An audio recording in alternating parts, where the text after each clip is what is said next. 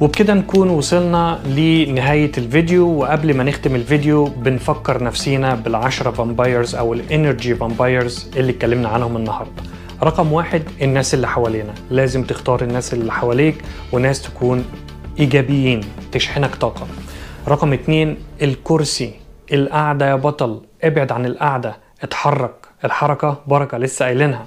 رقم 3 الأكل، لازم تدخل جسمك أكل صحي. ابتدي بص للأكل باللي أنا قلت لك عليه، أكل هيديك طاقة وأكل هيسحب منك طاقة. ابعد عن الجنك فود، ابعد عن الأكلات السريعة. رقم 4 اشرب مية، ما تعطش، اوعى تدي فرصة لجسمك ان هو يديك الالارم او يديك الاليرت انا عطشان اديني مية.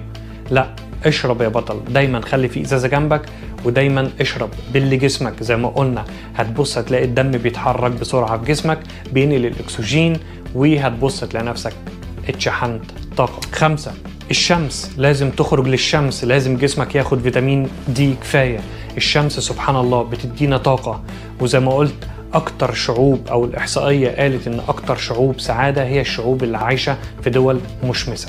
6 النوم، عدل نومك، ظبط نومك، خد راحتك في النوم بحيث ان انت تصحى تاني يوم كلك نشاط. 7 الجدية المفرطة، العب يا بطل، اخرج، اتنطط، افرح، ده كله هيشحنك طاقة. 8 انعدام الهدف، افتكر السبق، لو مفيش هدف انت عمال تحرق بنزين على الفاضي، لا لازم يكون ليك هدف، اخلق لنفسك هدف يا بطل. 9 التوتر، ابعد عن كل حاجة توترك، التفكير الزايد ده شيله من دماغك، فكر في اللحظة اللي انت بتعملها واتقنها، ابعد عن التوتر خالص. التوتر بيزيد من الكورتيزول، والكورتيزول هو هرمون الخطر، ما تخليش حياتك كلها تبقى في خطر. رقم 10 الكسل، افتكر 10 دقايق كفيلة انها تشحن جسمك بطاقة 33%. اتحرك يا بطل، توكل على الله.